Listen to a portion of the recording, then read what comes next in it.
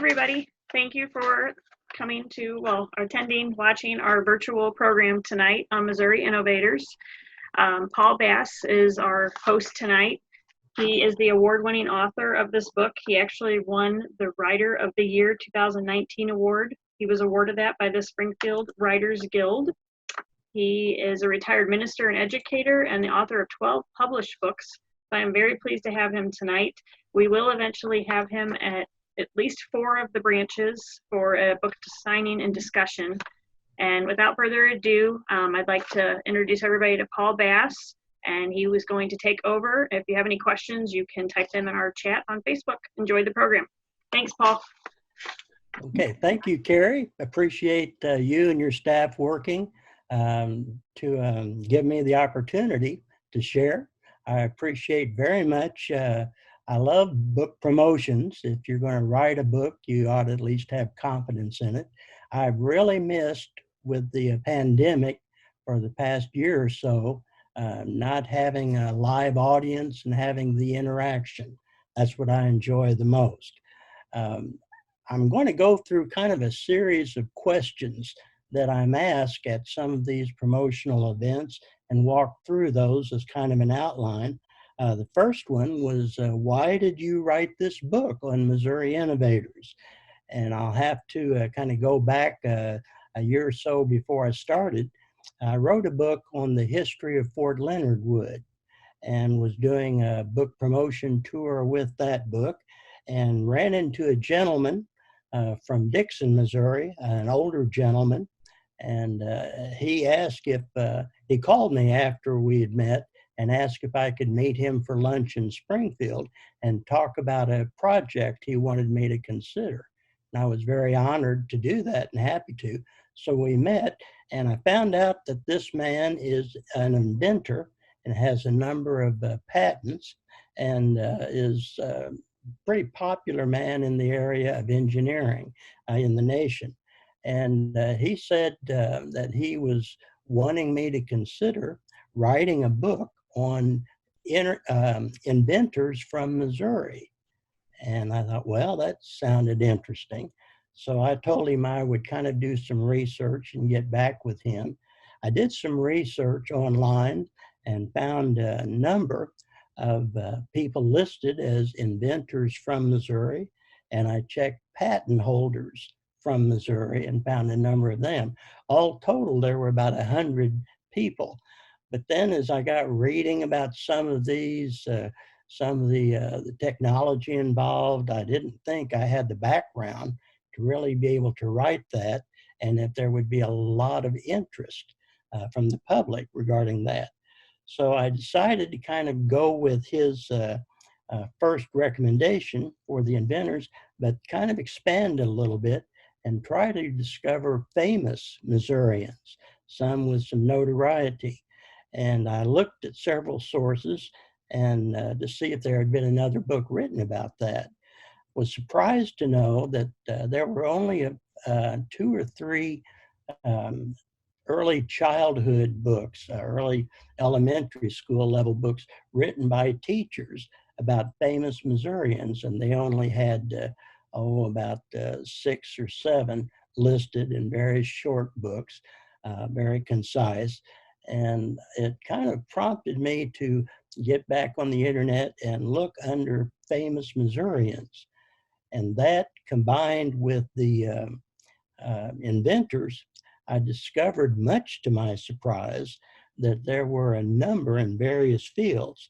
And some of the fields involved, I looked at entertainers, fine arts, education and literature, business, science and technology, politics, military, sports, and then just others. And looking at the whole list, including inventors, I discovered well over 300 names. And that was just too much to think about doing in a book. So I decided I would try to cut it in half. So I made the painful decision of narrowing all of the list down to about 150. With the Fort Leonard Wood book, Acclaim Press in Sykeston, Missouri, I had published that, and I had talked with the publisher there, and he was very excited about this project, but he told me it is not going to be possible for you to do a brief history of 150 people in these various categories and have the book less than 500 pages, which was a little much. So he suggested I work hard and try to pare down the 150. So I really struggled, but I wound up with 75 names and averaging about 8 to 9 people for the various fields I was going to explore. I looked also at that list and tried to get a fair representation of a percentage of females, tried to get a fair representative of the number of people of color, and tried to give some real balance to that in the various categories. I finally was able to settle down on kind of keying in on 75 people. In each of the sections, I did try at least to list the other 75 as honorable mention in the various sections. So that's kind of how I came up with the organization for the book. At the time, I was not aware, and I started writing in the spring of 2017. At the time, I was not thinking at all bicentennial coming up in just 4 years. Fortunately for me, I went ahead and pursued it, and it has really been good timing in that this book is being used by a number of libraries and educational facilities as part of their bicentennial commemoration, for which I'm very grateful. The people involved uh, really were just kind of my own personal choices. I'm often asked, why didn't you include so-and-so? Well, I would like to have, and there's a number of people I run across that I could easily have included, but I was really limited on the number of people, and to cover the various fields was even a further limitation. So it was kind of important to do the best I could with what I felt was best. And I've received a lot of good comments. I tried to look at people. Some I was familiar with, but I didn't realize they were from Missouri. Some I had never heard of, but they did outstanding things and they were from Missouri.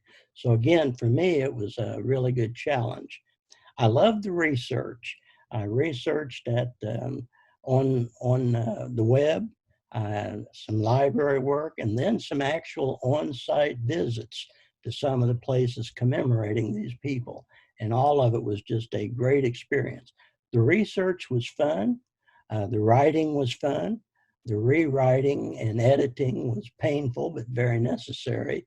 And I was really struggling about what to do for a book cover. The publisher worked with his editing staff, and they spent about 4 weeks and finally came up with a really good cover design.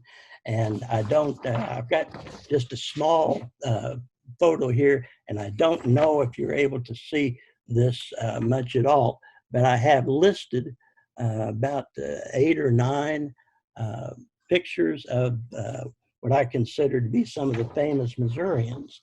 These, surprisingly, I thought were very familiar, but as I had a chance to meet with some groups, especially college age groups, they looked at those people on the cover and did not recognize one person, which really surprised me. And I mean, it was Harry Truman, Walt Disney, Yogi Berra, Mark Twain. They did not recognize those people, which again prompted me to be glad that at least there was a book with a record of some of these people in it. Now, the decision to list the people was kind of, as I mentioned, challenging. I want to just go through each of the fields quickly and mention several people that I keyed on. In the field of entertainment, of course, we know Walt Disney from Marceline, Missouri. There was a famous clown by the name of Emmett Kelly from Houston, Missouri. Um, Much to my surprise, I was born and raised in Independence, Missouri, and had no idea that Ginger Rogers, the famous dancer with Fred Astaire, was born in Independence, Missouri, and her house now is a landmark. I discovered also Dick Van Dyke was born in West Plains, Missouri. So those were some Missourians that I really had no idea. They were famous, but I didn't realize they were from Missouri. In the field of fine arts, you had the famous artist Thomas Hart Benton, who did the murals for the state capitol and also the Truman Library. You had the musicians Chuck Berry from St. Louis, Walter Cronkite was from St. Joseph, Missouri. Scott Joplin was from Sedalia. And you had some other unknowns that kind of surprised me. Um, uh, Bill Malden, the famous cartoonist of World War II area, was from St. Louis. Joseph Pulitzer worked for a long time in St. Louis as a newspaper man. So you had that. In the field of education and literature, I was very surprised to learn that a lady by the name of Susan Blow established the very first public kindergarten in St. Louis, Missouri, and was born in Maryville. Of course, we know Samuel Clemens, Mark Twain, Hannibal, Missouri, in Florida. T.S. Eliot was from St. Louis. Reinhold Niebuhr, the theologian, was born in Wright City. Marlin Perkins, famous zookeeper, was born in Carthage, Missouri. And Laura Ingalls Wilder was famous for her home in Mansfield, Missouri. And she has a wonderful museum and visit at her home also, which would highly recommend as a good family visit. Tennessee Williams was born in St. Louis. And in the field of business, you have, of course, Ewing Kauffman, Kansas City, the Kansas City Royals, and others. Springfield, Johnny Morris, of course, Bass Pro Shops. James Cash Penney was actually born in Hamilton, Missouri. And Sam Walton, founder of Walmart, was actually born in Shelbina, Missouri. So you had those. You also had some kind of unknowns I didn't realize to me. The founders of H&R Block were from Kansas City, and that's where they started their business and had their headquarters. And you also had Joyce Hall, founder of Hallmark Cards in Kansas City. In science and technology, there were some really interesting people. Of course, George Washington Carver in Diamond, Missouri. You had a guy largely unknown by the name of Charles Draper. He was from Windsor, Missouri, and he developed a very important navigation system for boats and airplanes that was very effective in helping to win World War II and later used in the Apollo space program. You also had an interesting person I'll mention more about later, Leonard Goodall from Warrensburg, Edwin Hubble from Marshfield with the Hubble Space Telegraph, and then William Lear from Hannibal, who had the Lear jets. In politics and military, very familiar names. Omer Bradley is from Clark, Missouri. You had Enoch Crowder from Edinburgh, Missouri. You had um, John Pershing from Laclede, Missouri. And of course, you had Harry Truman from Independence. In the area of sports, you had Yogi Berra, Joe Garagiola, Satchel Paige was from Kansas City. Casey Stengel was actually born in Kansas City. And then another lady I'll mention a little bit later, Helen Stevens from Fulton, Missouri. And then I had a list of others, and these were kind of an eclectic group. Daniel Boone, of course, lived in Defiance, Missouri. You had Frank and Jesse James, Kearney, Missouri. Calamity Jane from Princeton. You had William Quantrill, Quantrill's Raiders from Albany, Missouri. Bell Star from Carthage, and then an American Indian by the name of Sacred Son was born in Saline County. So those were just some of the ones that I highlighted. And again, I had mentioned as kind of honorable mention about 75 others. Now, how did I put the book together? I tried to see what their unique special qualities were. It was important to kind of define what an inventor and an innovator was, so there would be a good understanding. Inventors created something new. Innovators improved on something that had already existed. And that's why the Missouri Innovators, I think, was a much more appropriate target. I used, as I mentioned, the internet, a number of books that I read that were suggested, a lot of very interesting sites that were visited, and all of these provided some real important landmarks for me. One of the questions I'm asked, were there any colorful characters that kind of stood out or really surprised you? And there were a couple. I mentioned a gentleman by the name of Leonard Goodall from Warrensburg, Missouri. Leonard Goodall, in the 1920s, as a youth, lived on a farm and working on a tractor that jumped a gear. He was in a bad accident and lost a leg. He would later grow up.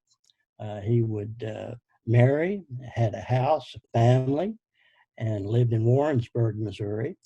And he was having a problem keeping up his lawn. He had the old push mower, bladed push mower. And with one leg, he had real difficulty mowing his lawn. So one night, out of frustration, he went to the basement, took his wife's washing machine apart, and made the first power rotary lawnmower in the whole world. He used it. People saw that. They were impressed with it. This was right after World War II. A lot of people returning home, buying houses and having lawns. Well, they wanted it. Well, the word got around, and eventually Leonard was able to sell his patented lawnmower, power lawnmower, to then the Maytag Corporation, and made a pretty good bundle of money. He also set up the criteria that they were to be manufactured in Warrensburg, and they were able to do that. So here was a gentleman who started out with what apparently was a real handicap, an obstacle in his life, overcame that and turned it for good, that helped a lot of people and I think nearly all of us have probably grown up mowing a lawnmower with a power mower. So we have benefited, I think, from his handicap. Another young lady that really surprised me was a lady by the name of Helen Stevens from Fulton, Missouri. She grew up at a time when there were very few female athletic programs in high school. Well, she was a runner, a track star, and she was unable to join any of the teams, but her high school track coach noticed her and kind of helped her before and after school do some training. He was able to help her to compete in some Missouri state athletic events, which she did very, very well, winning award after award. And finally, she tried out for the U.S. Olympic team. She made the U.S. Olympic team, track and field. And in 1939, she went with the U.S. Olympic team to Berlin for the Winter Olympics there, and the Summer Olympics there. And while she was there, she won gold medals in short distance races, actually won 3 gold medals. And Adolf Hitler, German chancellor, was in the stands and was so impressed with her, he asked to have a meeting with her after one of the events. And she went up to a private room to meet with him. And when she walked in, she said that He gave his Heil Hitler salute, and she said, I just stuck out my hand and gave him a good old Missouri handshake. And after a few minutes, Hitler talked to her and finally kind of moved pretty close and kind of began to grope her just a little bit. She was very uncomfortable.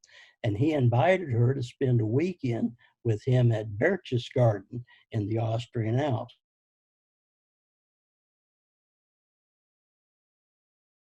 And she quickly refused, came back home. At the beginning of World War II, she moved to St. Louis, worked in a factory to help manufacture munitions and arms, and helped in the defeat of Adolf Hitler. And she later went on to help establish some female track and athletic programs in various schools around the state, including back in her hometown of Fulton. So again, an outstanding person. Very few people know anything about her, yet she had such an outstanding history. So that's kind of been some of my surprises in this, besides knowing the famous people who I discovered were from Missouri, and then those unknowns. Um, it was kind of a challenge to me, and I tried to indicate what I felt the purposes would be in writing this book. And there were several key things that I wanted to try. First was just simply to educate Missourians as to the great value of what we had in our own state. I think it's also important to recognize that a lot of these people came from smaller towns, and yet they wound up doing really tremendous things, I think, in the nation and even on an international scale. And I wanted to kind of challenge, especially the young people in Missouri, that you don't have to be from a big city. You don't have to be from the North Coast or the West Coast to do outstanding things. If you have the ideas and the willingness to follow through, you can accomplish those same great things even here in our state of Missouri. So I wanted to kind of inspire and challenge the youth to think really big as to what could be done. I think it was also important that a lot of the people who did do great things that required for a lot of manufacturing had to leave the state to find places where they could actually get their product manufactured. So I kind of also wanted to challenge the leaders in our state to make it possible for those young people with good ideas that they could get those ideas implemented right here in the state instead of having to go outside to other states to get the manufacturing done. So that was kind of a number of reasons and purposes that I had in writing the book. I think it's also very, very important that we challenge ourselves and thinking about what we can do. It's kind of interesting that some of these great innovators really didn't do their work until later in life. And maybe there's a challenge for a lot of us in that also. I think there were some other important findings from the book. As I said, I enjoyed the research. There have been some that have asked if we're going to do a sequel, but I've gotten involved in so many other books that I really don't even have that on the horizon yet. My publisher loved the book, and we're getting good responses to the book itself. And he has challenged me to work on an innovator series. So I've completed a book that's in his hands now on Kentucky innovators, and that should be out hopefully this fall. And I'll plan to make a tour through Kentucky and do book promotions there. And then I finished also Oklahoma innovators, and that was of real interest to me because of some past writings. And so we're looking at some other possibilities of near border states, looking at Kansas, looking at Arkansas, and some other possible things in the future. So these are some of the other possibilities. In doing book promotions, one of the reasons I really like to do the in-person one-on-one presentations is I like to also encourage writers, would-be writers, who may have an idea, may need just some motivation or help. And I want to give 3 challenges, I think, for would-be writers that may be watching this. The first is you don't have to be a good writer. You just have to have good ideas. There are a lot of people around to help you look like you are a good writer. I'm very fortunate in that in Springfield, we have the Springfield Writers Guild. We have several other writers groups I belong to, and these usually always have mentoring sessions where you can bring a portion of your writing and they can examine it and give you feedback, things that are good, things that need to improve. So bottom line is you get those groups plus a good publisher with a good editing staff, and they make you look like you're a good writer. So first, you don't have to be a good writer, you have to have good ideas. Second, I heard the publisher from New York say in a writers conference meeting, don't ever be afraid to write a lousy first draft. Get your ideas down on paper.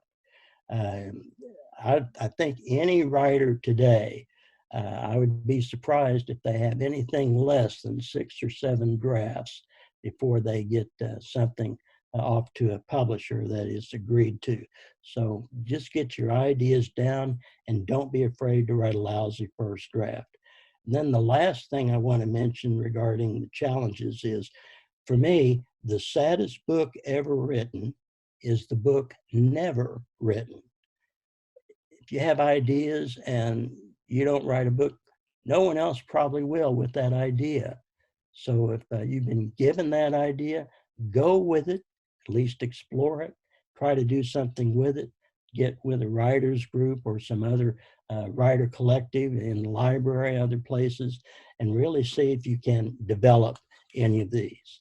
So that, I think, is some of the things. I also have been asked about what are your future projects. I mentioned the Kentucky Innovators book. Also, I've just finished a book at the suggestion of my publisher, doing a book on the history of Missouri U.S. senators. And I should have the final draft ready to go to the publisher at the end of this month.